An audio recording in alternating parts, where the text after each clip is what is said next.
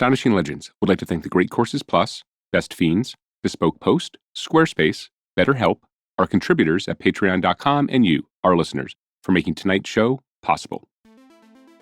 I have a confession to make. When we started this show and we were trying to figure out how to position ourselves in the podcast world, I will readily admit that I shied away from using the word paranormal in any of our marketing materials. We didn't have any marketing materials. Whatever. My point was, I felt like the word paranormal was tainted. And on top of that, the word podcast was, at the time, tainted too. Everyone with a microphone had a podcast. It was challenging to create a brand in a world that many considered a joke on a joke. Yeah. When people asked me what I did in those early days, I would often mumble the word podcaster under my breath and then leave the word paranormal out of it entirely. When we started, we had no idea if anyone would listen to us, much less if we'd be able to turn it into a job somehow, but it did. And now when people ask me what I do, I proudly say I'm a paranormal podcaster. And then I explain that I don't mean that I'm personally paranormal, but that I co-host a podcast with my best friend Forrest, and we talk about stuff that might often be paranormal. I feel like this cold open is going to drag on a little bit, and now I'm regretting letting you do it tonight. No, wait. Bear with me here. We've been very fortunate. And since we got started, about 23,000 years after Jim Harold started, paranormal podcasting has become a thing, largely in part to him being the vanguard there. Yeah, well, I still say we should have gotten into true crime. Yeah, now that's a thing.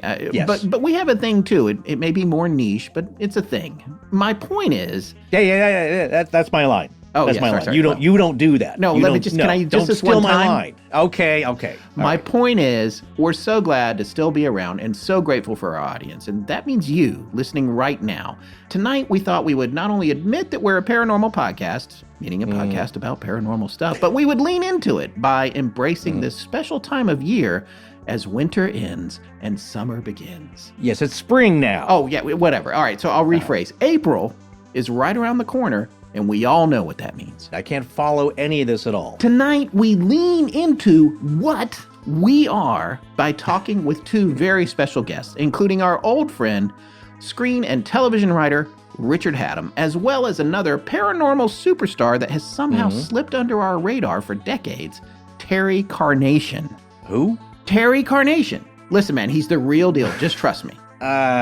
It's rare to have two amazing guests in one episode. This show is going to be, as Cyndi Lauper used to say, so unusual. Yeah, I don't think many folks remember that. Well, I want you to start running these cold opens by me, please, before we...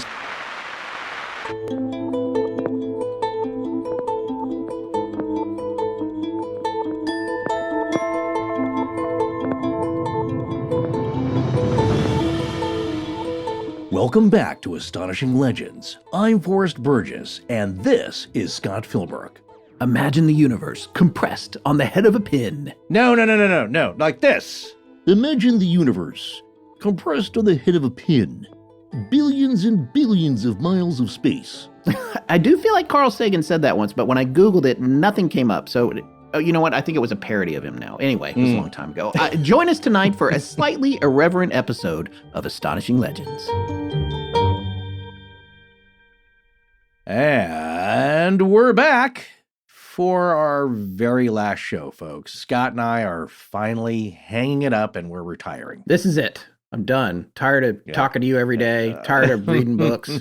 It's mostly Scott. It's not you. It's not you. It's us. Trust us, right? Yeah, or it's us. It's mostly, in my perspective, it's mostly Scott. So, yeah. But for now, tonight, we are back, and it's almost April 1st, 2021. Oh, there you go. 21. Yes, it's April Fool's Day is upon us. A few quick notes. The winter beanies that we didn't actually get made until what Forrest tells me is the spring are flying off the shelves. So if you want one, get it now at our website in the shop. But they'll be back when it gets cold again, so don't fret. Oh, and by the way, we want a quick happy birthday to Emily Murphy. Thanks for listening, Emily. We're glad to have you. Yes, happy birthday, Emily. So, Scott, do you have anything planned for April Fool's Day, speaking of which? Not yet. I'm working on it. In the past, my practical jokes have gone too far and people have gotten fired and stuff. So I try to keep it real simple these days. You mean when you put your son in the hot air balloon? No, well, not that. But we did tell a tech guy that the owner of a company that we were working at had gotten wise to the fact that he'd bootlegged all the software the company was using. And then before we could go and tell him it was a joke, he had gone in to confess to the partner and founder of the corporation. It's a giant post-production company, multi-million-dollar company in Santa Monica. That's awful. It's been a while since I've done any serious jokes there. I thought you said he deleted like terabytes of data. Back in the day, he had, gotten Photoshop and a few other things. And I see. Folks were doing that a lot back then. It's a lot harder to get away with that these days. They've gotten pretty wise. But it scared him pretty good. We don't talk anymore, that one through. He and I, yeah.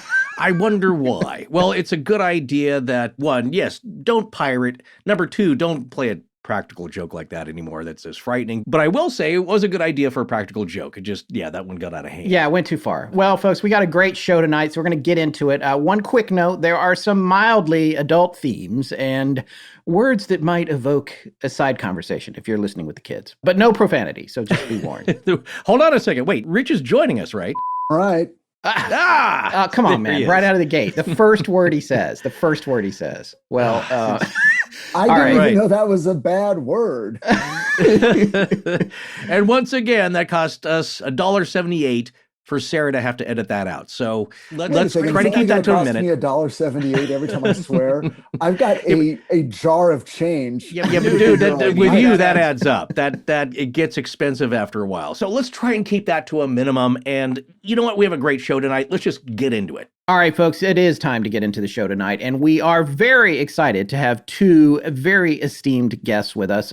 It's our old favorite and great friend, Mr. Richard Hatem. Welcome back, Richard. Hello, gentlemen. I'm so happy to be back. Well, we are so happy to have you, and I know the listeners are too. And then we also have a very exciting interview later in the show with a gentleman named Terry Carnation, who some of you may have heard of, some of you might not. He is a preeminent paranormal personality and, in fact, has a new podcast coming out on April 1st called Dark Air. There's a coast-to-coast vibe about him, I guess you could say. And I interviewed him a few days ago. Wait a second. I thought the other esteemed guest was me. You're talking about another interview with somebody else. Yes, with somebody else. It's and not the name you. is vaguely familiar, but I don't think I know this guy. Wait, Scott, does Forrest still think he's a guest on this show? Yeah, he does. So he tell him that he's a full-fledged co-host. Well, I keep trying to. It's long overdue. But no, this is interesting. Again, the name's vaguely familiar, but... So you've never heard of this guy, is that what you're saying? Not in recent memory, no. I mean, of course, a lot of people are starting podcasts, of course, and Scott and I have not heard of everybody in the business, of course. Neither one of you grew up in L.A., right? No. Well, I did in some ways, but not the way you're referring. But here's the thing, though, Rich. In the Pacific Northwest is where I vaguely remember maybe hearing the last. Of course, there's a famous Carnation dairy in the northwest part of Washington State. Been around a very long time, so it's very well known in Washington State. There's that name, but that's a business name. That is not a usual last name. But there's something about that name, though, that's familiar apart from that. And from me growing up in the Pacific Northwest. That's what I remember now. I don't know where the show came from, but I remember being like really little and hearing like driving home from my grandparents' house or something. It was a call-in thing and people would, had these weird experiences. And I just have this weird memory of like looking out the window, and it was always night, driving home, and these things were going on. A, I don't know why my parents were listening to it because it's not their sort of thing.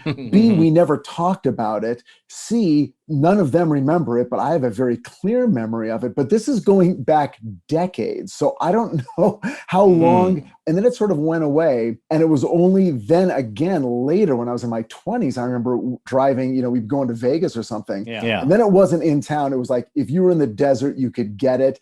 I never heard the show start. I never heard it end. It was always the middle of the show. Yeah. It was very strange. I honestly got to the point where I didn't know if I was dreaming it because no one ever confirmed having heard it. This is the first time I've ever heard literally anyone else mention the name. Weird. You know what it is? It's the Berenstain Carnation effect. It's the Mandela with a little Mandela thrown in. It's just vaguely a memory, but you're pretty sure it happened, but you can't pinpoint anything about it. I've got all kinds of stuff. I've got things that I remember from childhood, like foods and things that only certain other people will confirm existed, Right. It was a competitor to the Pop-Tart. It was called a Danish go round. I swear to you. But it was also a thing you put into a toaster. But again, people are like, they think I'm out of my mind. Well, yeah, I never heard of that. Anyway, there was some toaster strudel thing. I remember that. Toaster strudel, yeah. So they had a little packet of jelly you squeezed on it afterwards. Yeah. Okay, do you remember a competing product to Kool-Aid called Funny Face? No. Vaguely, yes. Again, Funny that's scratching that weird thing. My point is that, yes, I think Terry Carnation, if he is a real guy, exists somewhere in that he's a nether real guy. world. I talked to him. Yeah. I did. All right. Yeah. Well, we'll find I'll out. know it. If I hear the voice, I will know it. It will take me back to my childhood immediately. But this is really weird because this comes out of nowhere. So I'm just saying he may exist in a reality that is on the borderline between, the veil of our world and the next, or a parallel universe is what I'm saying. Well, perhaps so. Okay. But before we get on to Terry, you know what? Let's catch up with you, Rich. What have you been up to? You still working on season 3 of Titans, I imagine, right? Yes, still working in the middle of season 3. We're filming, we're writing the final episodes, filming the middle episodes. The early episodes have been cut together and are going through post-production. Everyone is very happy. It premieres in July. And we're getting excited about hopefully a season 4. But and thank God, I am one of the lucky people who had a gig going into the pandemic. And I am doubly lucky because it's the kind of job I could do from home, just on Zoom, like I am with you guys now. And it's gone on literally the entire time. We met as a group at our writer's office, on that Friday, March 13th, 2020.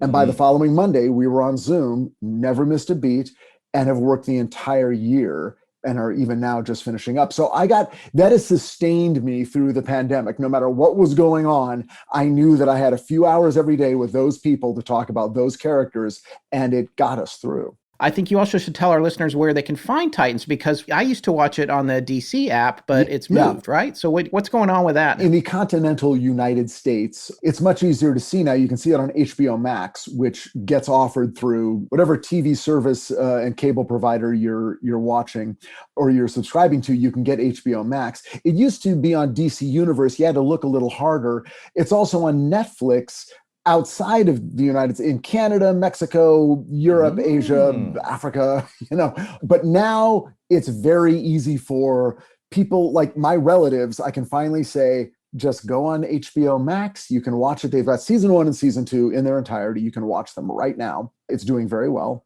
Great. And in July, you will have season 3. Excellent. That's fantastic. I think it's fantastic. I'm perfectly happy to just walk into another room of my house, plug in some headphones, see all of my friends there on the screen. I don't have to get in a car. I don't have to park. We just hop in, goof around, get to work. And then the minute we're done, 10 seconds after the writer's room is done, I'm on the couch watching TV with my family, eating chips. So I've got nothing to complain about. And no pants the entire time. Pants are a thing of the past. Right. That's so 2019. Yeah. Well, before we started tonight, you were talking a little bit about a party you went to recently. We thought maybe you might share that story with our listeners. Well, it sounds scandalous to even say that I went to a party, because it's like, hey, aren't we all supposed to still be quarantining? And we are. This was a small gathering. There were maybe 4 or 5 couples. It was outdoors. Several of them had already been fully vaccinated. So that was like amazing. And others were halfway through the vaccination process. But anyway, we met for a few hours to celebrate someone's birthday. I'm not going to say who it was. You might even know some of the people. But one of the women there, who I've known for years and years and years, she's been on this path of learning how to become a medium, meaning how to communicate with the dead.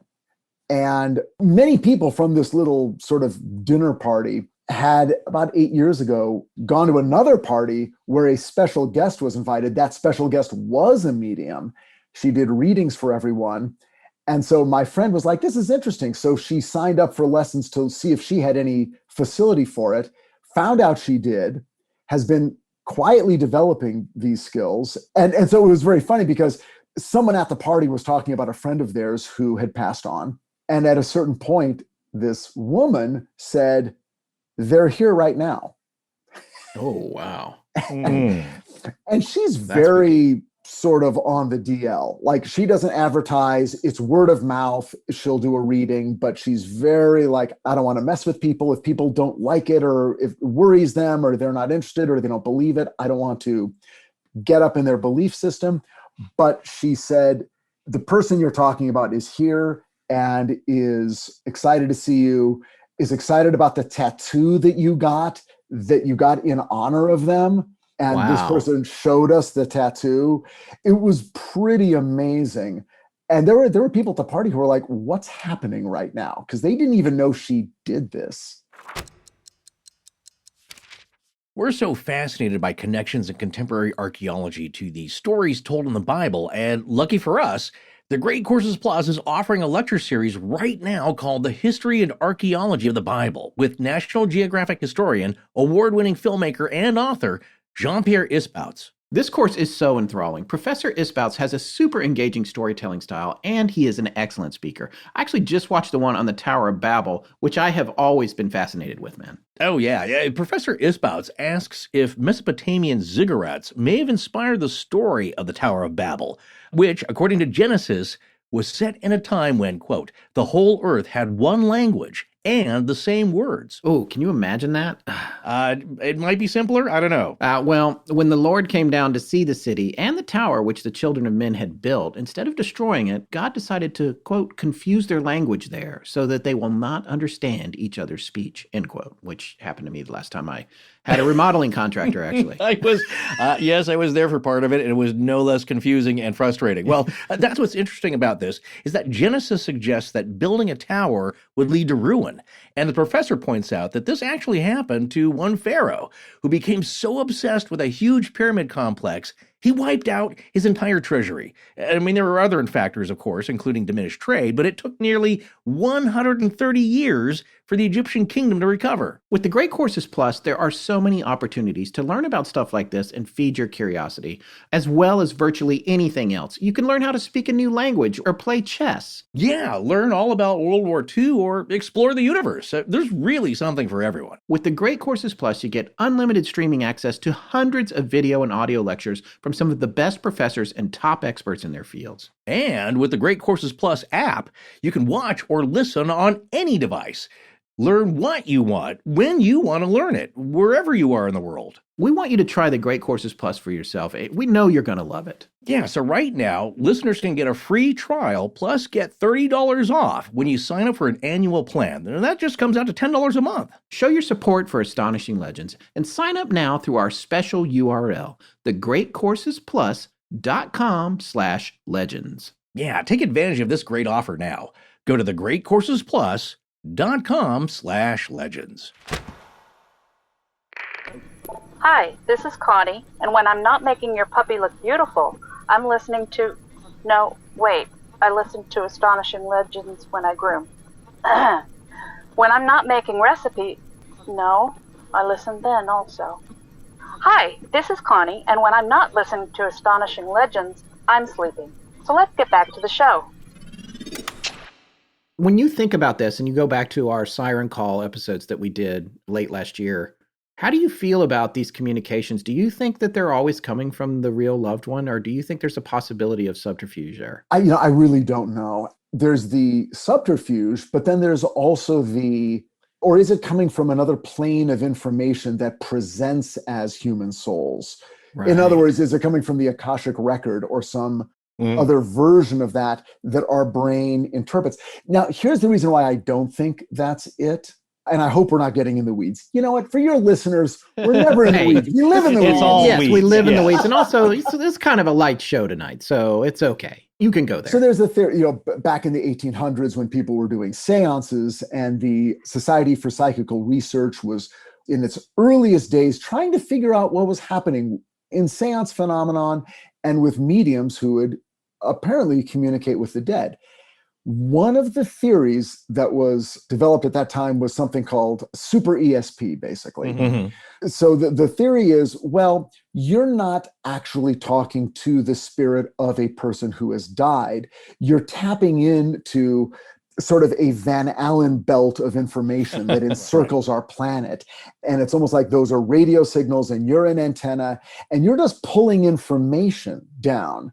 And all information that has ever existed is available out there in the ethers. And these people are reaching into that river and pulling out bits of information and then presenting it, but saying, well, it's coming from your dead relative.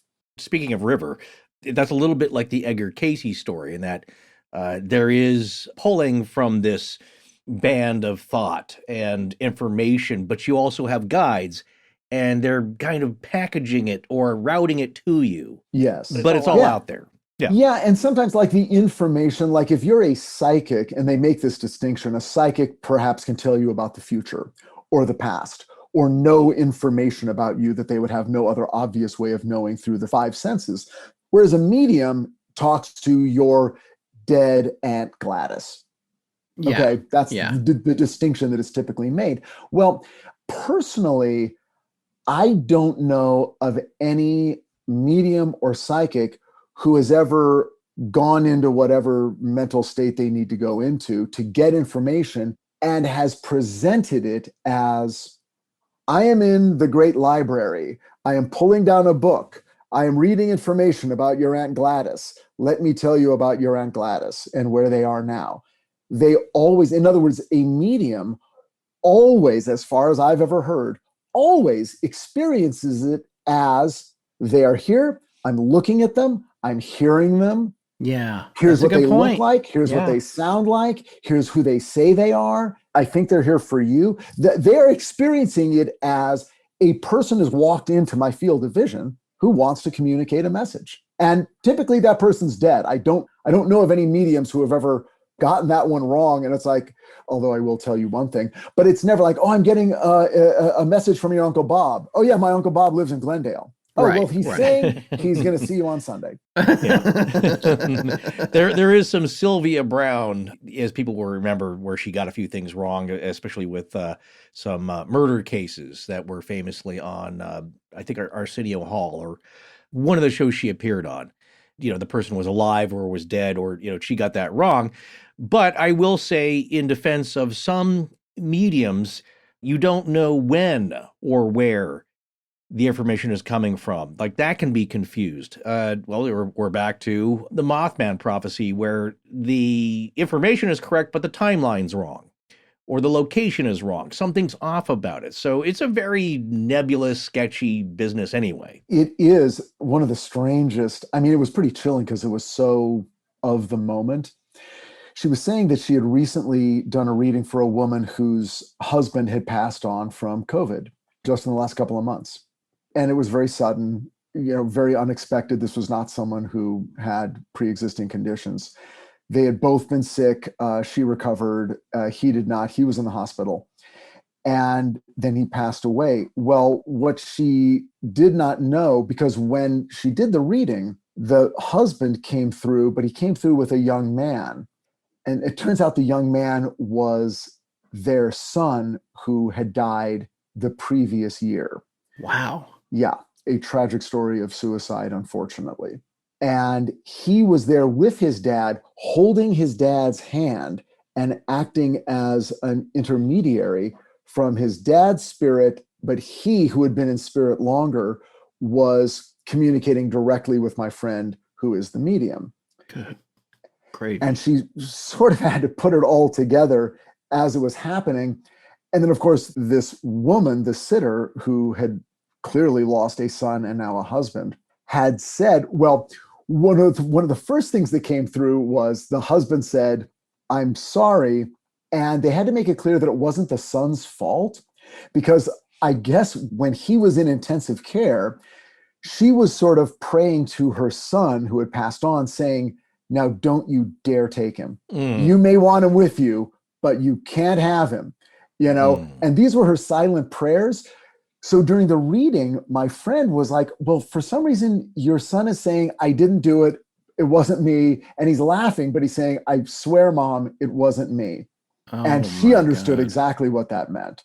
Yeah. And then the husband who had passed on communicated that he was in the ICU And he was aware of being alive. Then he was aware, though he was unconscious, that he was hovering on the edge of life and death.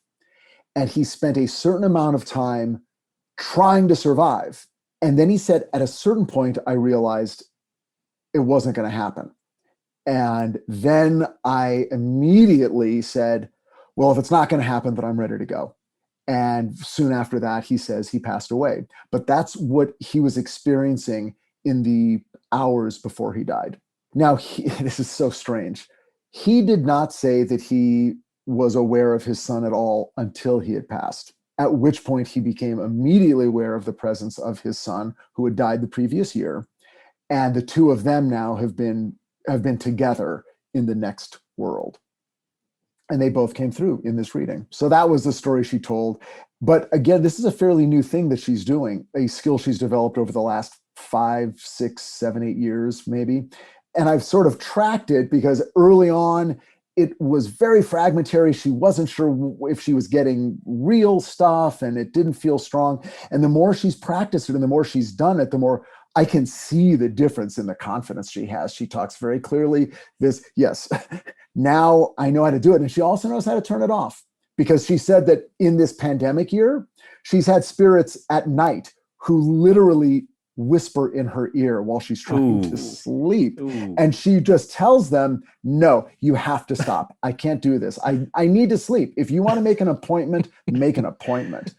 And she said it like that. And she said, and I'm like, did it work? And she's like, yep, it worked. They backed off. You have to tell them. But once you tell them, they do back off. Well, I wonder if they have no perception of time. Well, I mean, they must know if somebody's sleeping, if you're having a whisper in the person's ear when they're asleep. Well, my question was, is that when they can get through the best? When it's quiet and you're sort of in that other mental state that's a little bit more open and a little less preoccupied with the everyday. Yeah. Is that when they can get in? I don't know.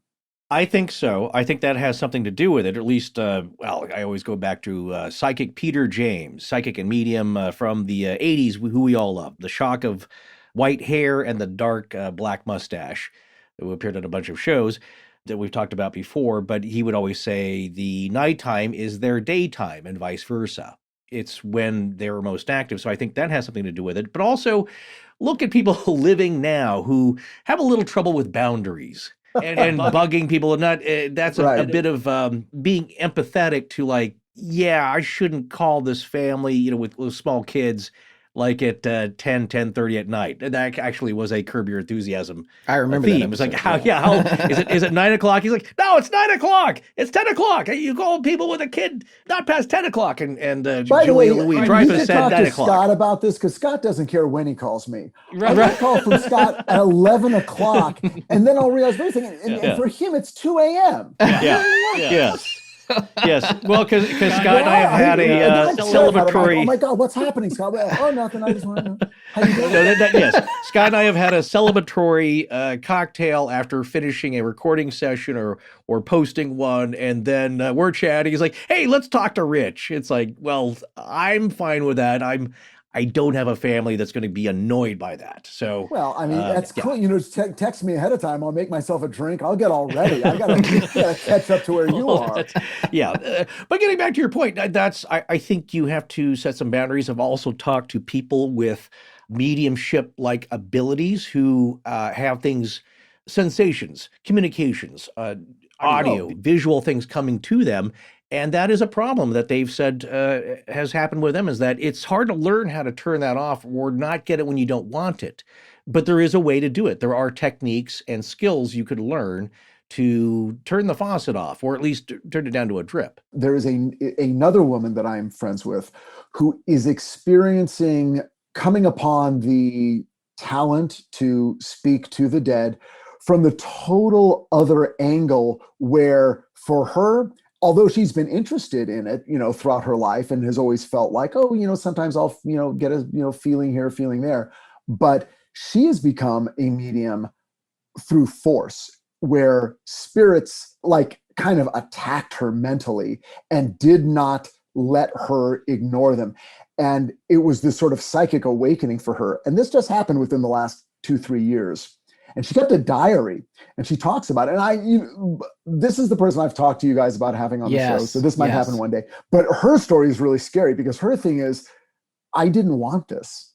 And I didn't have a choice. It selected me. And then I had to retroactively figure out defenses and boundaries and methods to control it and figure it out. And that's a crazy story. So maybe, down the road we'll. Yeah, I'm very intrigued with that one. I have to be honest. I smell gold star sweeps week episode here when we follow these. It's fascinating. It's psychic Jedi mind training in that these are techniques that can be developed. Scott, so when's the last time you felt like a superhero? Well, probably when I was finishing up the latest outline right before we recorded, while at the same time helping my son with his homework, then walked the dogs, cooked dinner for all of us, cleared my inbox and paid bills due that day, and did it all within 2.5 hours. Well, did I mention that my wife was out of town? Yeah, you did. You did to me anyway, personally. Well, that is quite a super dad feat, and one that I'm actually really quite proud of you for. But I was talking more about like a cartoon superhero. Oh, well then I'm going to go with never. That's because you never activated Mega Boost in Best Fiends, have you? Not yet. I do knock out some levels of Best Fiends in between doing all those chores on a nightly basis, but I didn't know much about Mega Boost, and honestly, I was a little scared of its power. Well, nothing to fear, my super friend, but it is like having superpowers for a little while in the game, and an exciting way to win some levels and events even faster, especially those tricky ones you've been struggling with. Yeah, I think we all get stuck from time to time. Man, I'd love a little extra help. Okay, here, let me check this out. Oh yeah, these are like superpowers. In a world called Minutia, the ancient legends foretold of a megaboost so powerful it could conquer the strange force which came with the Mount Boom meteor and turn the slugs to the dark side. Now, one man will have extra moves, stronger fiends, 3 boosters, and unlimited energy for a limited time in exchange for some gold bars. Wait. Are you making all this up? No, most of this is from the Best Fiends website. Yeah. Oh, okay. So the fiends have their own creation myth epic? Well, yeah, sorta. Best Fiends is something for everyone. For the adults, it's a unique puzzle game with endless challenges requiring clever strategies, and the fun never stops. For the youngsters, it's all that, plus cool animation and entertaining stories and fiends they can really root for as they collect them. Well, you're right. Everyone can play Best Fiends exactly how they want to, wherever they want to, because you don't need the internet, and whenever they want to, because it's always there for you and ready to go with something new. And get a little help in the game if you need it, which is the ace up my sleeve should you ever catch up to my level and I need to zoom ahead. Yeah, well then you probably shouldn't have told me about the Mega Boost. Dang it. Well, you probably would have figured that out at some point. But honestly, the competition part really isn't important to me. Right. Look, I can't beat you at chess, okay? So this is all I got. Don't take this away from me. Download Best Fiends free today on the Apple App Store or Google Play. That's friends without the R. Best Fiends. I can't believe it. What? I think I might actually feel safe going camping this spring and summer, and I honestly cannot wait. Oh, yeah. Well, that'll be fun. Get away with your son. Yeah, I'm double excited because it's going to give me a chance to use my most recent box of awesome from Bespoke Post. Yeah. Well, so what'd you get this time? Well, I got the Terra, and it's one of my favorite ones yet. I mean, they're all cool, and for those of you who don't know, Bespoke Post sends guys the best stuff every month, no matter what you're into, and Box of Awesome has you covered. From style and grooming goods to barware, cooking tools, and outdoor gear, they have collections for every part of your life. All right, so again, what's the Terra box? Well, my favorite thing in there is the Bare Bones knife. It's an award-winning field knife that's double-edged, straight on one side and serrated on the other, with a pommel base that makes it easy to grip. It has depth markings right on it, a curved spade scoop, bamboo handle, and probably my favorite and most useful thing, a twine-cutting notch, which also opens bottles. Yeah, I've seen it. It's pretty cool. Well, it does come with a sheath, right? Yeah, it does. It comes with a really heavy-duty sheath with a stainless steel belt clip. Now, this knife does everything. You can even use it as a hammer, and that's just one of the items in the Terra box. There's also a great Baselite Scrub grooming bar and an Audubon bird call, which is a lot of fun. It is pretty cool, all of it. So if you want to get started with Box of Awesome, folks, just take the quiz at boxofawesome.com, and your answers will help them pick the right box for you. They release new boxes every month across a ton of different categories. It's free to sign up, and you can skip a month or cancel anytime. Each box costs only $45, but has over $70 worth of gear inside. Get 20% off your first monthly box when you sign up at boxofawesome.com and enter the code AL at checkout. That's boxofawesome.com, code AL for 20% off your first box. I'm Tyson Harley, and this is Astonishing Legends. Let's get back to the show. Listen, man, we have one more fun segment that we want to do with you if you're up for it, if you can hang out for a bit. Yeah. Okay, great. Because right now we're going to play the interview with paranormal podcasting legend Terry Carnation, who you remember from your youth. Yes. And that's about 30 minutes. If you want, we'll get back to you right after that for our last segment. Is that cool? Yeah, that's cool. Okay, great. All right, let me see here. Forrest, do you know... Oh, crap. I think I just hung up on Rich. All right. Well, we'll call him back in a minute. All right, folks. He'll understand. He's cool. I think it's... never mind. Okay. I thought I saw his icon was active, but he must be off. Okay. Never mind. All right. Well, we have a very special guest joining us tonight. It is Mr. Terry Carnation, who is coming out with a brand new podcast, and we're very fortunate to have him come on the show and talk about it a little bit and a little bit about who he is. Terry, why don't you go ahead and introduce yourself to our audience? Well, why should I do that? You've already introduced me quite handily. Well, what about your background? I feel like I don't know a whole lot about you. Let's slow down a second. Are you saying you want a double introduction? You want a double introduction? I'll give you a double introduction. Let's do it. Here we go. Hi, I'm Terry Carnation. I'm host of Dark Air, the paranormal call-in show that has captivated audiences for decades, coast to coast, making a return to the airwaves in a way with this podcast, Dark Air, which premieres on April 1st. I am the Pope of the Paranormal. I'm a luxurious man. I love bath salts, and I keep myself well moisturized. Anything else you'd like to know, Scott? Well, yes. I don't know how I've missed your prior incarnations. You say you've been around for decades. Decades, yes. KSB Radio in Los Angeles. Oh, really? Yes, far to the right hand of the AM dial. So far, we almost reach the Crab Nebula.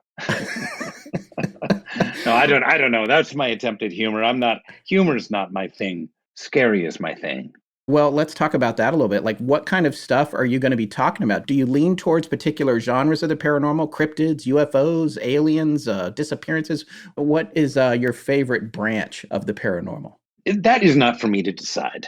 Humbly, Scott, I requisition my listeners to call in with their darkest thoughts, their needs, their desires, the most frightening stories, their deepest, darkest, most mysterious questions. I'm all about the questions. I'm not really about the answers, if you understand. And I am open to all possibilities. Trademark, Terry Carnation. Open to all possibilities. Okay. Well, let me ask you this then. How did you get into the paranormal? What is your background? Was it something that you got interested in your childhood, or was there a big change in your life? Have you had a personal experience that led you to be fascinated with this kind of stuff? Fascinating story, Scott. Do you mind if I call you Scott? No, that's absolutely fine. Do you mind if I call you Scotty? That's okay too. I don't let just anybody do that, but I think that'll be all right for now. Scotty, this silken voice mastered the FM radio waves back in the 90s, in the early 90s, in the rock and roll era. I don't know if you remember when rock and roll was still pertinent. I do. Do you remember Goo Goo Dolls? Oh, absolutely. I was a huge Goo Goo Dolls fan. In fact, I followed them on tour. They called me a goo head or a goo goo or a doll boy. And we called ourselves any number of names. So I was an FM late night DJ, and at the station I was working, believe it or not, the show on after mine was a paranormal call-in show. I finished my show. I played the most recent hit by the Goo Goo Dolls. I believe it was like Slap Me on the Radio, and said, good night, everybody. I went to the bathroom. I needed to relieve myself. Number 3, actually, and came back out. The disc jockey before me, Reginald Wilcox, had been murdered in his chair. At the station? At the station. This was before security cameras. This was 1992. It was Buffalo, New York. No one else was there. Okay. So what did you do? Well, I, of course, I played a number of Goo Goo Dolls hits back to back, called the station manager, and he was like, Terry, fill in. Help Reginald out in his memory. For Christ's sake, it's what Reginald would want. So I hauled the body into the corner, dragged it behind a little trash can, put a little blanket over him. It wasn't actually a blanket. There wasn't a blanket to be found, but I put some down jackets from the lost and found over his body, and I settled in at the microphone, and that's how a legend was created. Oh my God. So you didn't call the police or the coroner or anything? You did your shift first, I take it? Good point. The janitor came in at 3 a.m. He remembered to call 911, and all was saved. And I pled to the police. I'm doing my job. I'm trying to keep the station afloat. As you know, the biggest enemy we all have is dead air. Hence the phrase, hence the title, Dark Air. Well, let's talk about Dark Air. When is this show premiering? April 1st. This is my return to the radio waves. I've been gone for the last 3 years. And what kind of show is it? It's going to be a paranormal call-in show? This show is a little different. It's kind of a documentary. It's documented my life. It's recorded audio clips from my life in my apartment, looking for love, dealing with the recent, well, not so recent anymore, the 3-year passing of my wife, Zelon. Zelon Carnation passed away, and I was dealing with the repercussions emotionally, spiritually, psychologically.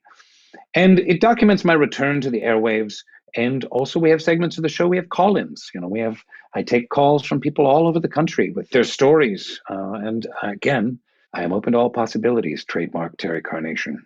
Do you vet your callers, or they just anybody can call in with their stories? Is there any kind of research that goes into this work, or you're just having general conversation about their stories? My engineer, Jeet Vetter, the veterinarian of my calls. Okay. All right. How long is each episode? We have 15 episodes, each one about 40 minutes or so. It's quite a lot. It's a lot of Terry. And there's a lot of Terry to cover. There's a lot of me. I'm a big boy. And it'll be coming out weekly. It will be coming out weekly. I want to hear more about it. There is one question that I want to ask first, though. I noticed that you have a very prominent amulet, or it looks like a crystal that you're wearing, and I've seen that on your Instagram as well. You seem to almost always have it on. What can you tell me about that amulet? Well, there's not a whole lot to say. It contains my soul. Okay. That's good to know. So you keep your soul there around your neck, outside of your body. There was a time, we call it the lost years, when I was in the Andes Mountains, hooked on ayahuasca, and I was a part of a ceremony that got very dark very quick. But the culmination thereof being my soul, my eternal soul, was placed into this pendant. It's very handy. It's very convenient. I have it with me at all times. I know where it is. It's quite tangible. Indeed. But if anyone were to touch it, I would need to kill them. Okay. Well, that's what I was wondering. Really that simple. I guess you might have some problems if it was misplaced or something, so it's a good idea to keep it with you. Exactly. Exactement. I wanted to ask you a few other questions, too. I noticed on your Instagram you frequently seem to be in the Southwest. Do you have a retreat there that you stay at, or what's your primary location? There is a sensual magic in the Southwest that cannot be found anyplace else in the world. I dare you to find a place where one can become sexually aroused simply by rubbing up against a rock outcropping or a pile of reddish sand or a Joshua tree. It's an ancient sensuality that I respond to, and it allows me to connect with the earth in a way that some might call disgusting, but I would call, well, loving and appropriate. That's unusual, but I think if that works for you, that's really great. Works for me.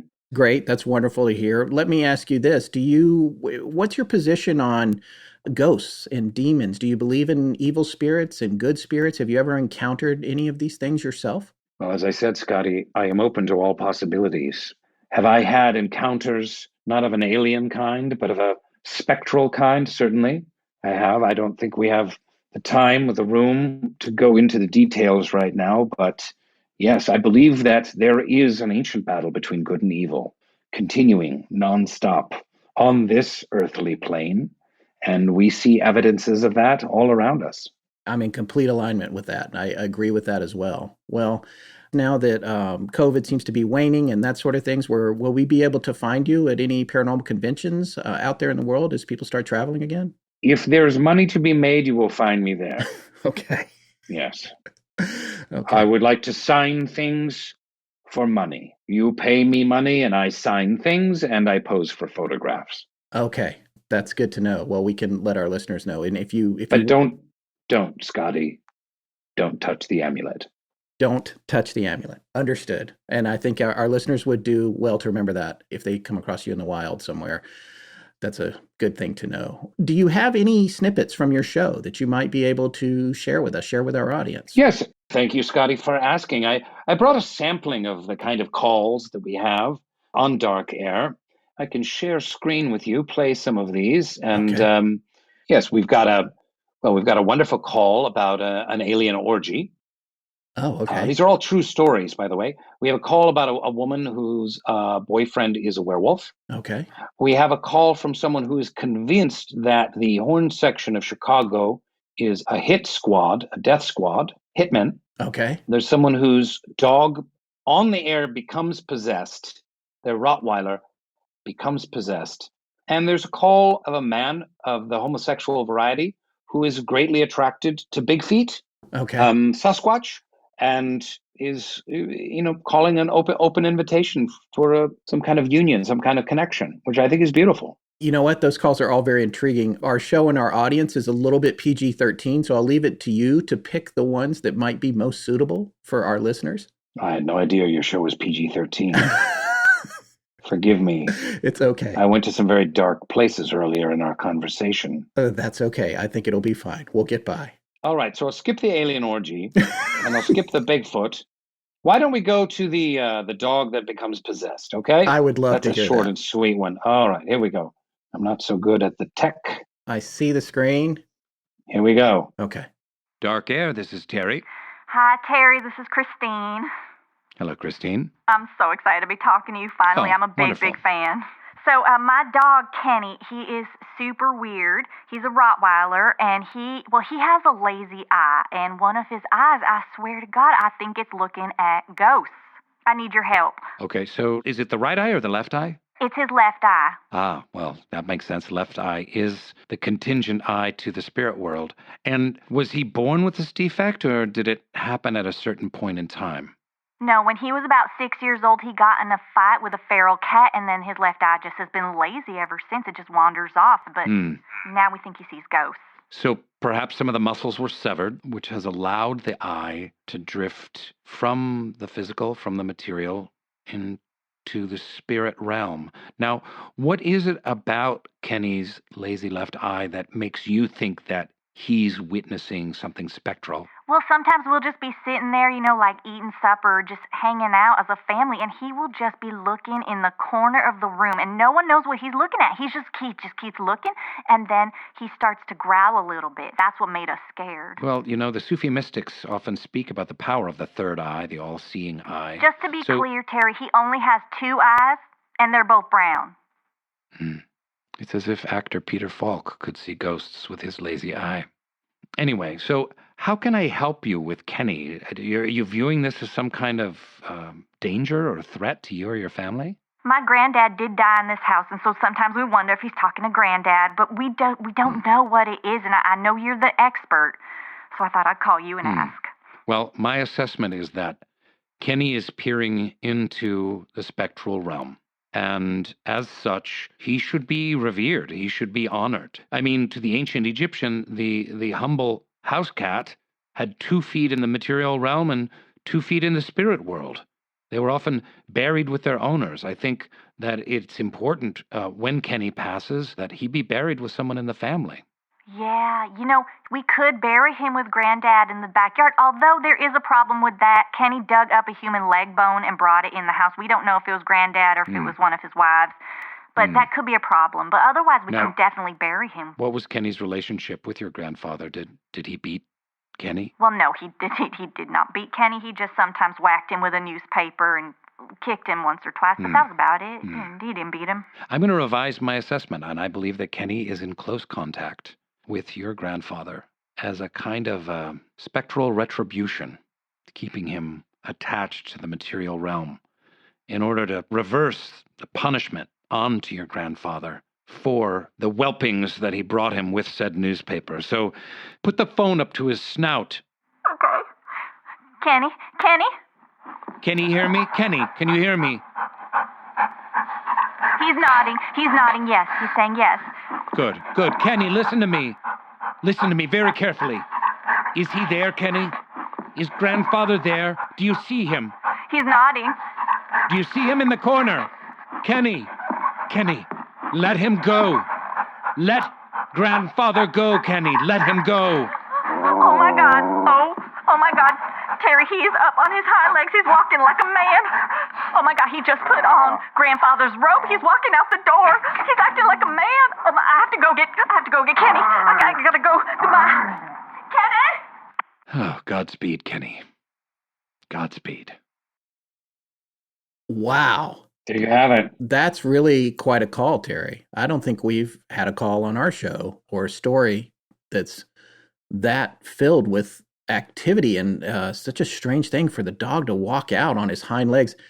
Are you psychic at all? I knew you were going to ask me that question.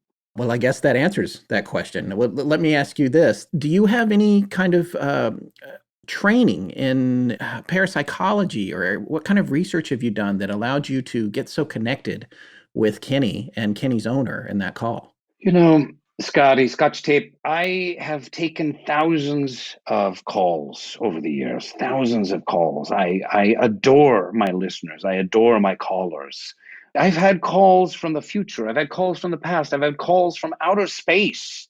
And I guess all of that experience, all of that connection has allowed me to just grok on a deeper level what's going on. You know, what's the story under the story? So it's just instinct for you at this point. It is, yes. Have you talked to Kenny or Kenny's owners since this phone call? Do you have any idea what the ending result was after Kenny left the house in the robe? We have not heard back from Kenny's owner, but I feel like a certain peace was made ultimately. Obviously, Kenny was possessed by the ghost of her grandfather, and perhaps she's made some deeper connection to her grandfather. And perhaps she's saving money on food by only having to feed him dog food instead of steaks and potatoes and Jell-O parfaits. That's an unusual observation, but I guess it makes sense. And if she's saving money, that's good. That was really something. Do you have any other calls that you would like to share with us now? I really enjoyed that, by the way. Well, I like this one. I think another call from a young woman whose boyfriend is a werewolf. Oh, yes. Well, we've actually just been covering the Beast of Gévaudan, which was thought to be a werewolf in France in the 1700s that attacked and killed well over 100 people. They never figured out what it was. So that's pertinent. That'd be pertinent for our listeners right now. Let's give it a shot. Let's give it a whirl. Let's give it a spin, as they say in the radio biz.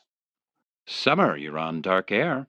Hi. Okay, so, oh God, I have sort of a complicated story. Okay. I was like... Most are, Summer. Yeah, I bet. Okay, so I was like super, super worried and paranoid because I was like totally convinced that my boyfriend was cheating on me. We've been together for like a super long time, and I'm thinking like marriage and kids, and like I'm ready. You know what I mean? And so I was like super worried and paranoid because he wouldn't spend the night at my house. He was always like panicked and like he had to go. And so I'm like, okay, he's totally cheating on me, right? Like you would think that too, right? And so then one night he accidentally falls asleep at my house. Right. And I wake up in the middle of the night. I look over at him and he's like covered in like gray fur. And I'm Stop like, right there. Stop right there. Okay. He's covered in gray fur. Gray fur, head to toe, like... Does what's your boyfriend's name? His name is Paul. So does Paul have a fuzzy fetish? No, I'm talking about like a Norwegian elk hound, like he's covered in fur.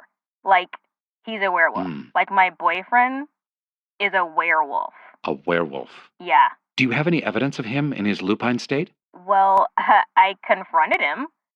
I'm like, really? Like, we've been together for like 7 years and you didn't stop to think that maybe I need to know that you're a freaking werewolf, right?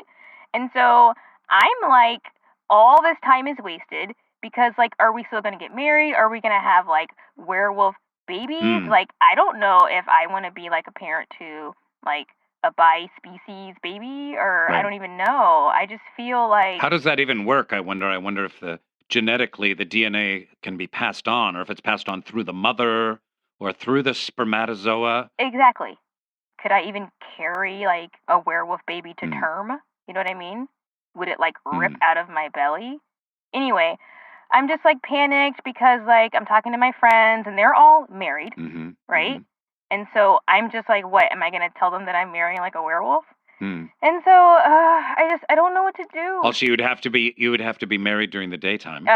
Exactly, right? I don't even know, like, the particulars of, like, the werewolf situation, which is why I'm calling in. Do you think your family would accept him? I mean, I honestly don't think so, but I don't know. I mean, my family's super religious, but we've never really dealt with, like species situations, so I don't know how they feel about a werewolf, you know? Here's another way to go. Would you be open to allowing him to bite you and become a werewolf yourself?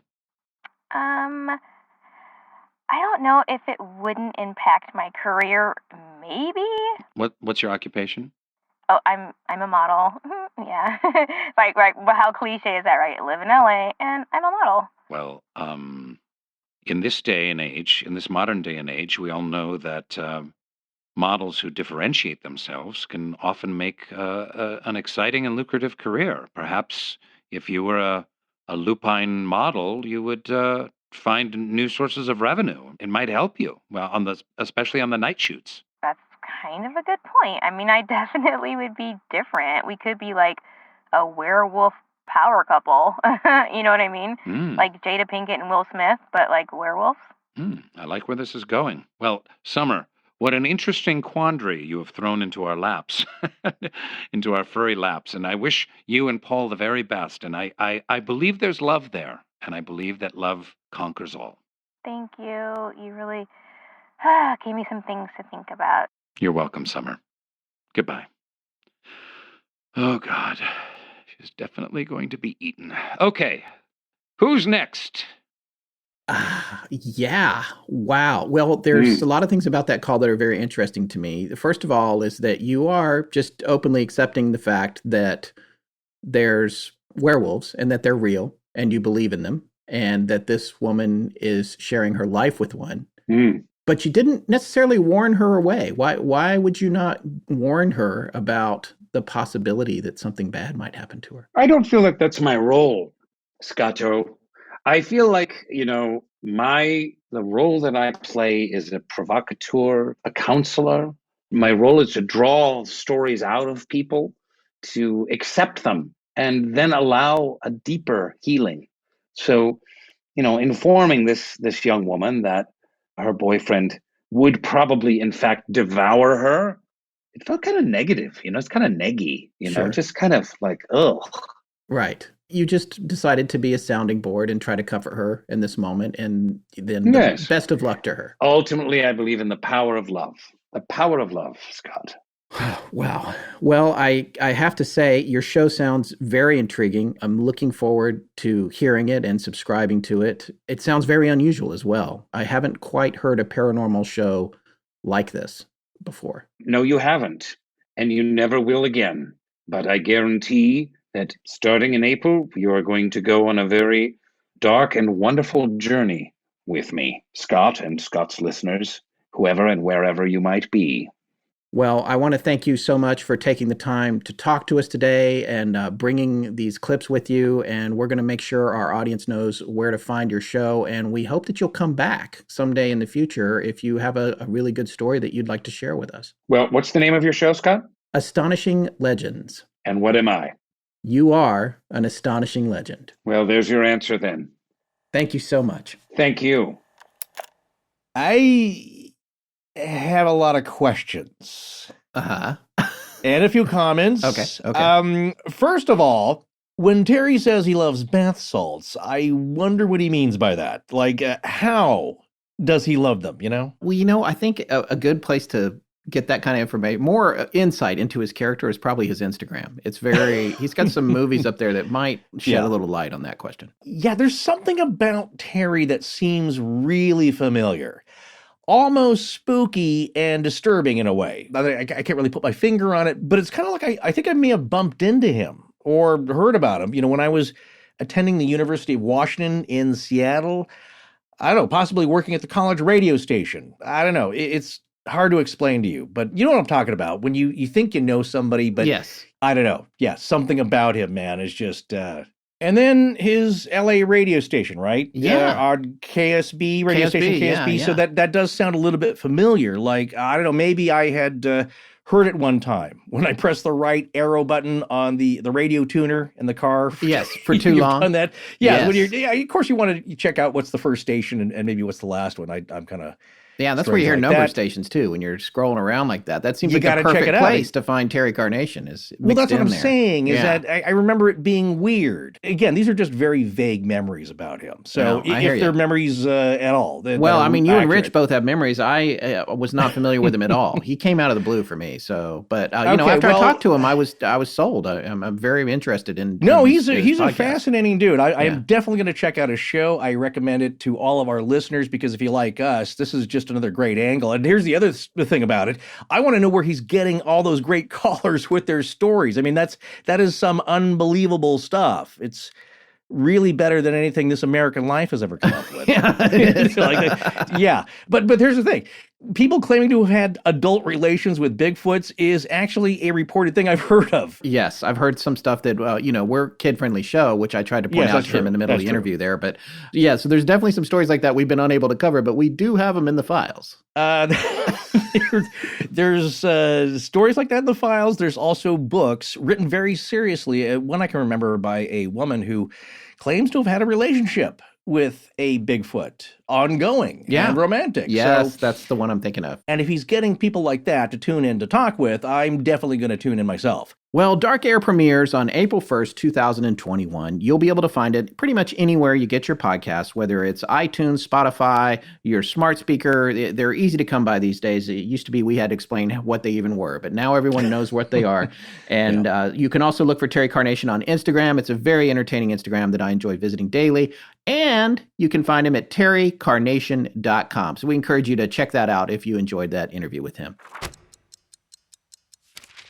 Wow, our website traffic is way up since we freshened up the Astonishing Legends Squarespace webpage. I'm not surprised, man. It looks really great now, but the most amazing thing about it to me is, well, how well it's handling the volume of information we have up there. I mean, we're into over 200 episodes now, each one with its own webpage with book recommendations, show notes, photo galleries, and embedded players for our show, and they all work great. Yeah, I really hadn't thought about that, but you're right. We literally have hundreds of pages that you can navigate up there. Yeah, and you know what the most amazing thing about it is? It just works. On top of that, it looks great. I remember back when we were on the other more complex platform back in the early days, we were having to upgrade plugins and add-ons and security settings on the back end all the time. And if we didn't do it or made a mistake, the web page would turn into a Picasso painting that you couldn't unscramble. So there's none of that with Squarespace. Yeah. They're constantly upgrading it behind the scenes for you. And even if something does go wrong once in a blue moon, they usually have it fixed before you even get a chance to reach out to their award-winning 24/7 customer support and ask about it. Yeah, turn your business or idea into an amazing website, or just upgrade the website you have now with Squarespace.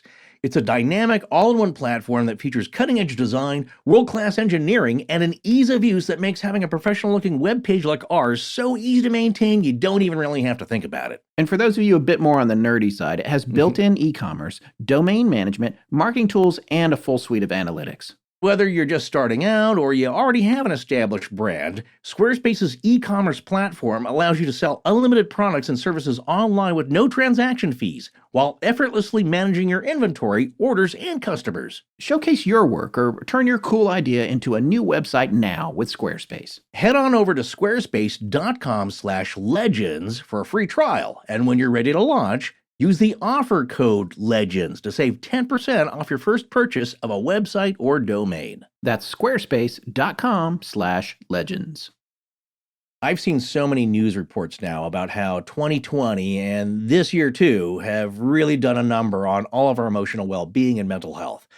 But I don't need a news report to tell me how pervasive it is or how devastating it is and close to home it's hit, because so many of my friends have experienced so much overwhelming loss, hardship, and challenges, and it's touched my own family as well. It's a wonder how we all manage to keep going. Yeah, but that's what we all have to do. We have to keep going because people we love are depending on us to keep it together. And the good news is we don't have to do it alone. Help is just a click away, and it's BetterHelp. If you're feeling just a tiny bit unhappy, experiencing some kind of malaise you can't quite put your finger on, or maybe your goals seem like they're always just out of your reach and you can never achieve what you want, one of the best things you can do for yourself is to talk to a professional. And that's where BetterHelp can really give you some peace of mind so you can start to feel better. BetterHelp will assess your needs and match you with your own licensed professional therapist, and you can start communicating with them in under 48 hours. And this is not a crisis line. It's not self-help. It's professional counseling done securely online. And one of the great things about that is, aside from not having to get dressed and drive to some office across town, it's that by being online, there's a broad range of expertise available to you, which might not be locally available in your area. It also means the service is available for clients worldwide, and you can log into your account anytime and send a message to your counselor. You'll get timely and thoughtful responses, plus you can schedule weekly video or phone sessions, so you won't ever have to sit in an uncomfortable waiting room as with traditional therapy. Yeah, BetterHelp is committed to facilitating great therapeutic matches, so they make it easy and free to change counselors if needed. Because another key factor to your success is getting matched with a counselor that's a great fit. And another great point that suits a lot of people's circumstances is that it's more affordable than traditional offline counseling, and financial aid is available. BetterHelp wants you to start living a happier life today. And a good first step is to visit their website and just read some of the reviews. These are folks that are experiencing things like depression, stress, anxiety, addictions, and a variety of other challenges. BetterHelp user L.I. says, after working with her counselor, Allison, for just 2 weeks, quote, "She's been really attentive and understanding whenever we talk and provides a new perspective when giving feedback, support, and advice. Her responses are always lengthy, making sure to address each point of my text, too." Visit betterhelp.com/astonishing. That's better, HELP, and join the over 1 million people who have taken charge of their mental health with the help of an experienced professional. In fact, so many people have been using BetterHelp that they're actually recruiting additional counselors in all 50 states. This podcast is sponsored by BetterHelp, and Astonishing Legends listeners get 10% off their first month at betterhelp.com/astonishing. Forrest and Scott, thank you for supporting their sponsors. I'm Erin down in Florida. Now, back to the show. All right, folks, it is time for our last segment of the show tonight. We got to get Rich back for this. We decided that we're going to take a page from the NPR show and podcast Wait, Wait, Don't Tell Me and have Richard Hatem try to guess which one of 3 paranormal stories we're about to share is not a real one. Oh, there's another great inspiration for this segment as well, and it's a British show on BBC One called Would I Lie to You? Oh, yeah. And the host is Rob Brydon, who's, remember the movie The Trip with Steve Coogan? Oh, yeah, totally. Yeah, so he's one of the guys here. And he hosts it, and a similar premise. There's outrageous stories all around, and you have to guess who's been fibbing. And I've been watching that. It's a tremendous amount of fun, and I'm really excited to see if we can stump paranormal mastermind Rich. Okay, you guys know I'm still here, right? What? Wait, what? Yeah. You've been... Okay. Oh, I don't know. I was on hold. You thought you had hung up, but I was just on hold. I heard I was able to hear the interview. Oh, I guess his interview. Icon. Oh. I told you, Scott, his icon was still up there. I guess it was active. I'm sorry about that. But you wisely muted me. I see. More people should take advantage of that option. Well, let me ask you this: was that the Terry Carnation you remember from your youth? Yeah, it totally was, and it was really weird. In fact, I wanted to ask him some questions, but yeah, I suppose I can call into the show now. But, oh yeah, yeah, it absolutely was. It is very weird to hear that voice again after all these years, because I know I've aged, but it doesn't sound like he has. Yes. I know. I'm just not sure. Yeah, you have a predicament that's just flat out weird enough to match his other call-in guests. It's mind-blowing. Yeah, you're gonna have to up that party game. Well, yeah. All right, well, here's what we're going to do, man. Thanks for hanging out. We're going to share 3 short paranormal stories with you, and you have to figure out which one of them is not real. 3 stories, one of them is not true. That's right. One of them is not true. And if you figure this out and you get which one is fake, what you have to do is you'll have to make a charitable donation of $250 to the non-political charity of our choice, Like, for example, the plaid flannel shirts for Werewolves Foundation. No, that's if you, if you fool me, if I get it wrong, then I have to donate, right? Yes. Sorry. Did I say that backwards? Yeah, because that's the bet, obviously. And then if I win, if I'm like, haha, I got it. I guessed which one is fake. Now you guys have to donate $250 to me personally. Is that right? No, to a non-political charity of your choice. Yeah. I see. Okay. Yeah. Yeah, okay. we're smarter than to Venmo it to you directly. Okay? Yeah. Okay. Yeah. We will write the check. You give us the address. So one way or another, no matter who loses, some charity wins. Some charity will get, $250. All right. $250 if I lose, but then if you guys lose, there's two of you, that's $500, right? No, that's not. No, we're one one's really saying that. One corporation. Yeah. So if you win, I owe a charity of your choice $250, and if I win, you guys are going to give me two of those weird little toothbrushes with a timer on it. That's right. That's right. That's what you get. I can see you're getting at a disparity here that's become obvious to me, in that there's two of us and one of you who has to like fit the bill for the whole thing, whereas Scott and I are chipping in $125 each. I see what you're saying. The next time I see you, the next time we're all together, you guys buy dinner. I think it'll work out. Well, I'll buy dinner. All I have to do is sell that book you gave me. Where? Oh yeah, the vertical plane. No. Oh my goodness! Yeah, it's $700. It's $900. I think. Yeah, $1,000 book. Yeah. I can donate that book to charity, but no, I have to read it first. I've read the first 4 chapters like 7 times. All right, let's not get crazy here. Let's wait till we actually air the episode. Yes. Let's wait. Indeed. Well, we have 3 stories here. I'll read the first 2, and maybe you read the last one. How's that sound? That sounds good to me. Okay, Mr. Contestant, are you ready? I'm ready. This story is called The Dumpston Blobs. True. This one's true. Have you heard of it before? No. Okay. Really? Okay, now let's hear the story. Okay, so let's hear the story. This one comes to us from the illustrious Cryptonaut podcast, hosted by our friends Rob Morphy and Mark Storrs. Morphy has actually been a guest on the show before, most recently for the Sam the Sandown Clown episode, and he is a tour de force when it comes to digging up the details on this kind of stuff. So we actually have a link to their episode on this particular topic, if it is real, in our show notes, which was episode 24 from May of 2018. Now, this story takes place in 1958 when 2 friends, Hans Gustafsson and Stig Rydberg, were taking a short drive in Sweden to stay with Gustafsson's mother after what Rob Morphy calls a, quote, night on the town with their girlfriends, end quote. Well, this particular night, a soupy fog enveloped the car, and even though they had slowed way down, they were making slow progress when they decided to pull over and make a pee-pee on the side of the road. So they're standing outside the car, peeing, and they notice a strange glow in the woods 150 feet away in the trees. And being 25 and 30 and having no fear of death or alien abduction, they went to check it out. When they got close, they observed a strange disc-shaped object that was roughly 3 feet tall and 15 feet wide, and it was sitting on a tripod. Gustafsson said, "It seemed to be made of a peculiar shimmering light that changed color." At this point, they realized they were suddenly completely surrounded by strange globs of animated jelly with tough, gelatinous bodies. He added that they smelled like ether and burnt sausage, and on top of that, they were starting to pull Hans and Stig towards their craft. Like you hear of in many close encounters, they tried to scream but were unable to make a sound. One of them was chased as he tried to run back to the car, while the other one was holding onto a no camping sign, clinging for dear life as some of the blobs tried to pull him away.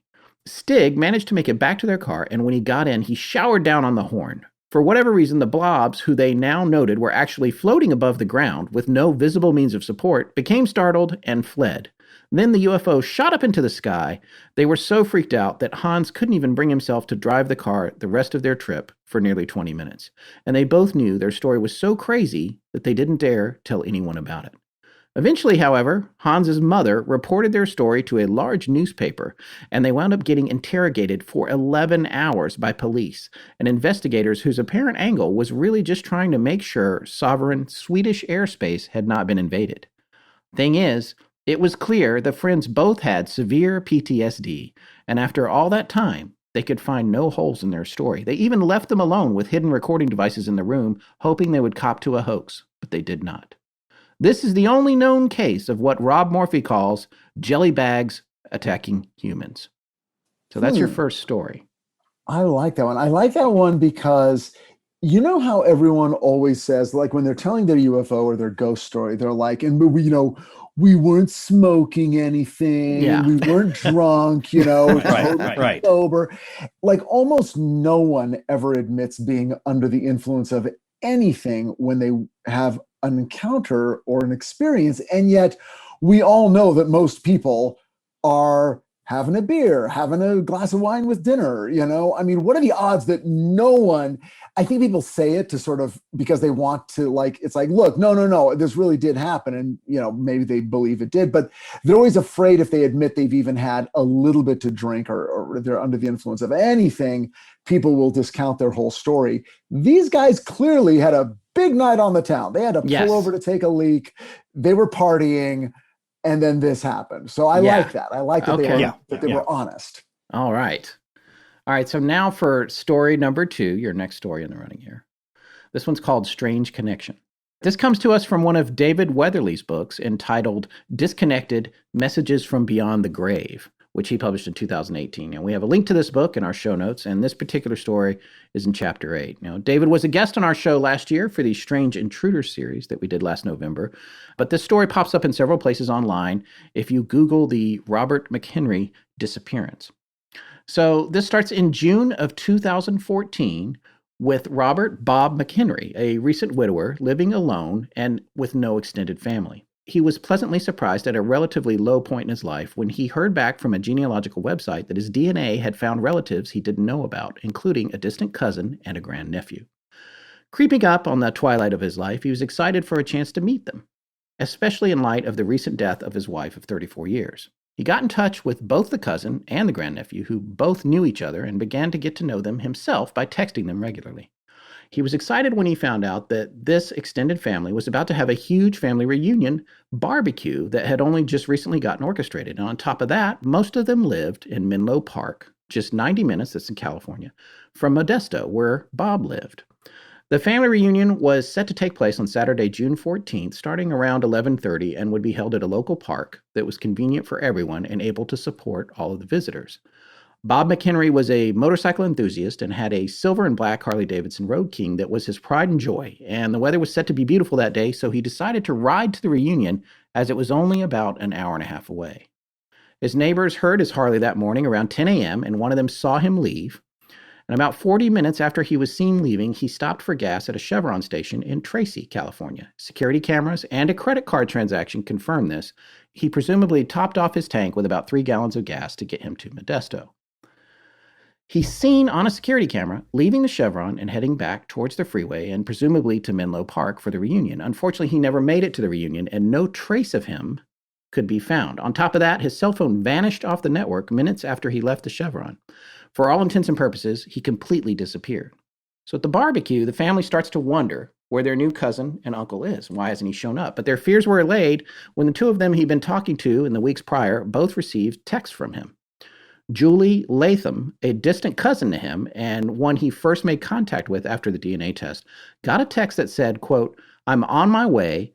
Don't wait for me. Get the grill going!" Exclamation point. And a grandnephew he'd also been texting with the prior week got a nearly identical text that said, "I'll be there soon. Can't wait to take you for a ride on the Harley." Now, what's strange about this is those texts came about 10 minutes apart around 1:30 in the afternoon. McHenry should have been there at least an hour and a half before that. During a police investigation into his disappearance, a forensic cell phone analyst had the strange issue of not being able to trace the origins of the messages. And you might think it ends there, but for the next 2 weeks or so, both Julie and Tommy, Bob's grandnephew, kept receiving cryptic messages, supposedly from Bob. They also kept devolving and making less and less sense until eventually they became just gibberish. One of the last coherent ones to Julie said, quote, "Save some hot dogs for me, I'm almost there." Except hot dogs was misspelled, and the text ended with strange punctuation, and on top of that, it was 8 days after the reunion. The last one Tommy got just said, quote, "It's okay. I see it now. Thanks them for us." And the thanks them was spelled Thanks. Both of those came in the small hours of the morning. So 2 years later, 2016, some California State Water Commission folks are doing some work in a reservoir called the Clifton Court Forebay when a sonar they were dragging got caught on something. They brought it up, and it was a motorcycle helmet snagged on a strap. The reservoir was 14 miles northwest of Tracy and completely in the wrong direction to get to Menlo Park from Modesto. They called the police in, and divers found Bob McHenry and his Harley at the bottom of the reservoir. The Modesto coroner could not identify any signs of foul play and ruled McHenry's death as an accident of unknown origin. But here's the kicker. He had his cell phone with him, and he was wearing a watch with the date and time that was not waterproof. It is presumed that it failed pretty soon after he and the bike entered the water, and it had stopped on Saturday, June 14th, didn't have a year, on the day of the reunion at 10:43 a.m. This is 4 minutes after he was seen leaving the Chevron in Tracy, 14 miles away. So the question is, how or why did he wind up in the reservoir? And more importantly, how did he travel 14 miles in 4 minutes? And how did his cousin and grandnephew receive texts after his phone had been submerged in water, especially for 2 weeks after he supposedly died? To this day, his family has no idea what happened to Bob McHenry, and they regret never getting to meet him. That is amazing. I love that story. That one also, but it's weird because right at the end, it started to feel like an Encyclopedia Brown story. Like, well, you couldn't put the baby on the hood of the car that had just arrived because the hood. Oh my God, I used to love Encyclopedia Brown. Yeah. You know? Why didn't the child have blueberry all over their mouth if they wanted to play it in context? There's so many mysteries here, but the text message from beyond the grave is just irresistible. I mean, it's the modern day analog to the phone calls from the dead. So indeed. Yeah, and so Tess has been tearing it up with our Instagram account and with great feeds, and so we have Warp Wednesdays where listeners share a short story, a little bit of something strange that happened to them. And we just had a phone call from beyond story, I think from last Wednesday, where a listener said, they were with their boyfriend or husband. There's a call, the phone rings in the bedroom. The woman in the story misses the call, doesn't go pick it up. Finally, I think they were doing dishes or getting dinner ready, goes back into the bedroom, sees that the missed call is from grandma, who, of course, has passed away. It comes up on caller ID that the call was logged, but how is that possible? So they like to think that she was checking in on them. And I think it was also maybe a special occasion of some sort where the relative was just checking in, saying they're still there. But it's a little chilling to get a message like that from someone who supposedly passed. I love that. We're going to cover that one day, but it is just a collection, of course, of anecdotes. So, well, I hope this third one is utterly ludicrous because those first two sounded pretty solid to me. Well, I think this may be a regional favorite here, especially for our Texan friends. They may have heard of it, but this one has popped up on Creepypasta. It's that kind of story. It has to deal with urban folklore, we suppose, but it's all over the internet, and it's called The Donkey Lady of San Antonio. And you've not heard about this, right? No. Okay, all right. It sounds intriguing and vaguely pornographic. Well, all right. So this story here involves some old tropes that are going to be familiar to you. But again, the challenge is to see if we made this up or if it really is some kind of urban legend that's been passed around. So this all centered, this story here, around a spooky bridge that's just a short drive from San Antonio. And this story has been told over and over again, and there are a lot of versions, of course, but like all stories that have found their way into the Creepypasta pipeline, it shares a lot of the same elements. So according to Weird US and Weird Texas, Scott, those are websites, right? That we found out. Yes. Well, books originally, but exactly. Now it's a national franchise. Yes. Right. That's what I thought. So that's where we found this story, the origins of it. This story dates back to the 1950s and centers around a young woman who had been in a fire that claimed the lives of her 2 children, a fire started by her husband. So she lived, but she was horribly burned and her face severely disfigured as a result. And the burn damage fused her fingers together. And according to the author of the blog entry on it at weirdus.com, which we'll also have a link to, but apparently this woman would mostly appear out in the country and specifically this one bridge. And of course, the legend goes, all these kids were told that she was hiding in the dark, waiting to pounce on them, the Donkey Lady. And the author of the blog goes on to tell a story of his best friend going camping with his parents in the woods, and they were all getting set up when they heard some rustling in the nearby brush. and undergrowth. And the father became a bit alarmed, and then a sound pierced the night that sounded like a loud snorting. He told the kids they needed to gather everything up as quickly as possible and that they were leaving. And they all piled into their truck and they took off. And the creature, it seemed, whatever it was, started to move towards the road. And as they took off from the campground, something huge burst out of the trees and jumped onto the hood of the truck, shrieking loudly. And the kids and the dad, they all swore it looked like a donkey, but it was mostly human. It screamed at them and tried to punch through the windshield with its webbed fingers.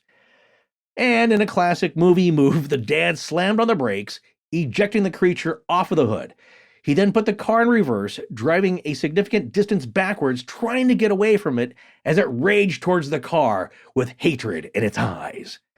Finally, he got turned around and took off, and it eventually gave up, and then it went back into the undergrowth. And a friend of the blog author didn't believe the story when the dad told it, but then the dad took him outside and showed him his truck. The hood was horribly dented and scratched from where something had been on it. And in other versions of the story, there is a woman actually on a donkey, which frankly doesn't sound very scary at all, but there you have it. So there are several stories of similar encounters in the backwoods, but many of them take place at that bridge. Now get this, that crosses Elm Creek via Applewhite Road, and it's about 4 miles north of Loop 1604 on the south side of San Antonio. So for you local folks, you'll know exactly where that is, and I'm sure you may have heard this story. Or did we make it up? Well, that one's tough because you're saying, is this a true urban legend? In other words, is this a story that people tell each other? Right, so it's almost a step removed from, okay, but did it actually happen? That's true. So it becomes, and it actually makes it harder because obviously I think this one sounds the most ludicrous. Right. But urban legends, I mean, can come in all stripes, and there's all kinds of versions of this. There's the goat man and the dog man and the hook man. And it all has to do with a tragic story. Something horrible happened to a person, and now their spirit is out there. And then these people who, you know, your cousin's best friend's coworker, they know for sure that this happened to them just a few months ago when they were driving down that road. What I have to guess is not, did people never see the donkey woman? Right. But is this not an actual urban legend? Yeah, that's true. That's a good point. Because here's the point of that, is that did we just set up some weird sightings that have been reported and then wrapped it in the envelope of all these urban legend tropes, which is the backstory, which may or may not be true. And of course, there are variations on that. It's usually somebody who's been wronged. Look, it's the same thing as the Lady in White stories. This is a version of that. Perhaps we took that framework and adapted it, much as Resurrection Mary. Well, see, now that you're talking about in what way you might have faked this particular story, which is not a disclaimer you explored with the other two stories, makes it feel even more like it could be fake, or it's an intentional move on your part to sort of own the weirdness of it to, you know, get me off the scent. How can I possibly choose the cup in front of me when you must be... Right, exactly, right? The vessel with the pestle has the brew that is true. Yes. Never trust. What is it? Never doubt a Sicilian in a game where the mortal stakes or something. I don't know. Yeah, something like that. Where the stakes are life and death. But on the other hand, now I've got to wonder, or did it just sound faker because Forrest read that one and Scott read the other two, and so this one automatically sounds different and therefore is the outlier? Okay, summing up. We know there are urban legends that are very much like this, although maybe not specifically about a donkey woman. Granted. The UFO story sounds exactly like every kind of UFO story, except it's a little weirder, but then it happened in Sweden. So there you go. Maybe that's what makes it different. Maybe through their cultural lens, aliens may appear as these little weird glowing bags. And then the story in the middle is just sort of, again, classic, also sort of urban legendy. Yeah. But has a lot of details about cousins and grandnephews and reservoirs and county works, you know? And now I've got to ask myself, do you guys have the time or the mental bandwidth and spiritual wherewithal to really write out a story that detailed? And I'm guessing maybe you don't. Okay, so I literally don't know. I'm going to tell you all my thinking. Okay. I'm going to say that the text messages from beyond the grave, I'm going to say that is definitely true. So now it's between the UFO and the donkey lady. Having said that, I'm going to say that I also think that the UFO story is legit. And even though it's so obviously ludicrous, the donkey lady, that I should immediately think it's not the fake one, I'm going to say the donkey lady is the fake one. And I am willing to stake $250 to the charity of your choice. That is my judgment. Okay. I like your reasoning. It's very... Yeah, no, well, of course, you know, Rich is a master of story and the weird and the paranormal, and he's heard a lot of these things, as much as we have. And this is exactly why I love this episode, because this is really the fun part of it. Not the reading and the research and the writing, all that crap. I just love talking about these things, and that's exactly what we've got to do here. And hear each other's viewpoints. And I think Rich makes a bunch of great points, coming at this with somebody who's heard these types of stories before, but then has to decide what elements sound reasonable in a, of course, in the framework of the paranormal and the weird and the strange, and what is just a little bit beyond that. And I have to congratulate you, because they all sound legit in their own way for the kind of story they are. None of them was like, okay, well, this one just kind of sounds, no. One of these stories was crafted by the two of you, and I gotta say, whichever one it was, you did an excellent job. Well, thank you so much. Yeah, actually, that was all Scott. I think I'm gonna bow out of any blowback on any of this stuff. But Scott did a great job of choosing the stories, but also framing them in a way where it was it's really hard to tell. If I read these as he'd had them, the notes in the outline, I wouldn't have guessed, wouldn't be able to guess which one was real or false. Well, so I guess we should come out with the answer. And also, I think we're going to have to pick a charity for you to donate to, because story number 2, The Messages from Beyond the Grave, is fabricated, and I wrote it this afternoon. The one that I thought for sure.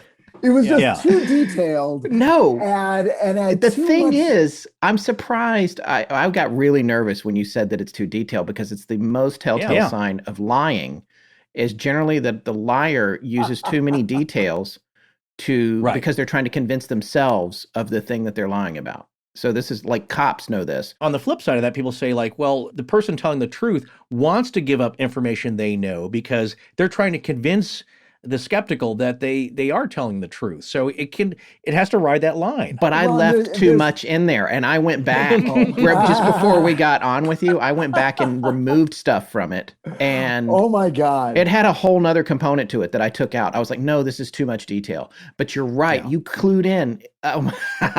Rich is holding cash right here in front of us. Apparently, he keep fresh, crisp, brand new bills, which conveniently are right under his printer, I'm noticing. We don't know how he got those. Yeah. I don't think he possibly earned them in the traditional sense. No, I think I have enough. I have I've got enough. But there's a part of me, Rich, that's wondering that if you felt like 2 was such an obvious fake, you were trying to protect our feelings by picking the other. No. Okay. But it's different when you're talking. Like if a police officer is talking to someone, and in the moment they're sort of doing it in the moment, rather than, okay, now I'm going to take the time to write a story and try to make it sound real. So I think you fooled me, Scott. I think you're an excellent writer, and I may have an opportunity for you. Show called Titan season 4. Right. But just the behind the scenes press kit stuff, right? Yeah, right. Looking at these stories here, again, Scott did the framing. I suggested I had to dumb down the other 2, especially Rob Morphy, because his language is real specific and is all through his stuff. And it's beautiful. I love the way he writes. everything about how he presents it. But if I'd have left it just as it was, it would have been so obviously Rob Morphy. So I had to take his and then also the donkey story, which is a real urban legend.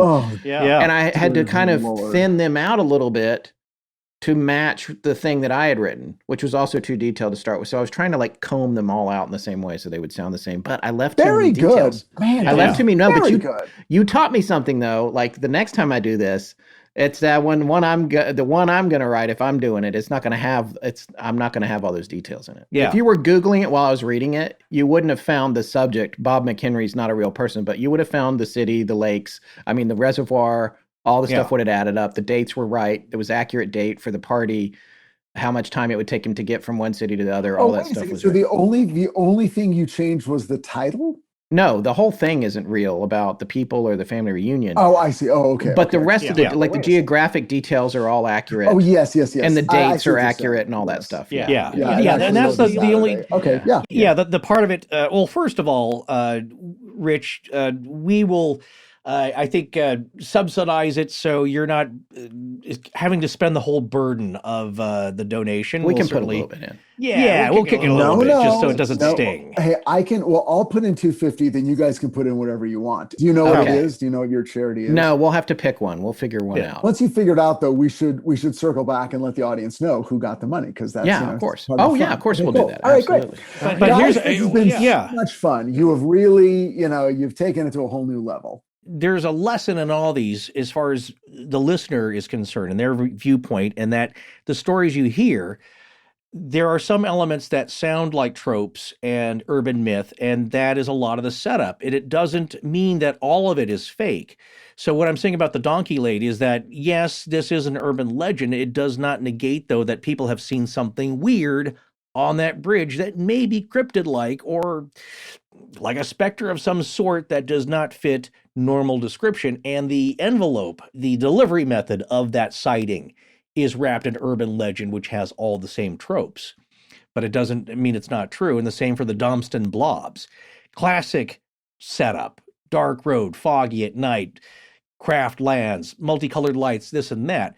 The thing that's the Donkey Lady of that story is that these things are jelly blobs that apparently float and are sentient. And they smell like they would just burn their bangers and mash. Well, I'm wondering if I would have, if you had said there's an urban legend of these two guys who are out partying and then were assaulted by these weird glowing bags near a UFO, if that somehow would have changed my job. Or conversely, if you had said, okay, so on the night of December 24th, 1979, this person and that person were driving down a road when a creature jumped on their car, and it was part donkey, part human, and stated it that way without the extra layer of it's an urban legend. So I don't know. Right. Well, Rich, man, thank you so much for coming on. Thanks for taking the time to join us and also sit around on hold for half an hour. Apologies about that. Hey, it only cost me $250, so it's a bargain. Yeah, that's right. And I'm glad it went that way. If it had gone the other way, it would have cost me $125. So we got lucky. I would have felt better though, because we wasted his evening and we charged him $250 for it. But it's going to a good cause. I feel a little bit better about that. Gentlemen, an evening with you is never wasted. That's so nice of you to say. And sincere thanks, Rich, once again for coming on with us. And thank you, dear listeners, for joining us. And please enjoy the upcoming April Fool's Day. But don't get anybody fired.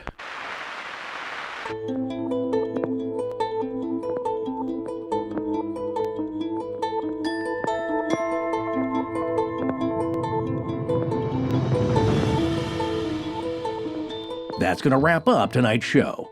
We'll be back in 2 weeks with a new episode. Please remember to support our sponsors. They help keep the show free and the lights on in Blanket Fortiana. Special thanks to John Boland. TERRYCARNATION. Our show is edited by Sarah Voorhees Wendell and co-produced by Tess Feifel, who is also our head of research. Our theme, which is available as a ringtone, was composed by Judson Crane, and our sound design and additional composing is by Ryan McCullough. Special thanks to the Astonishing Research Corps. But most importantly, we want to thank you, our listeners. Visit our store at astonishinglegends.com or interact with us and other listeners on Twitter, Facebook, and Instagram. You can also support the show at patreon.com/astonishinglegends, where patrons have access to additional bonus content. No part of this show may be reproduced anywhere without permission. Copyright Astonishing Legends Productions. Good night.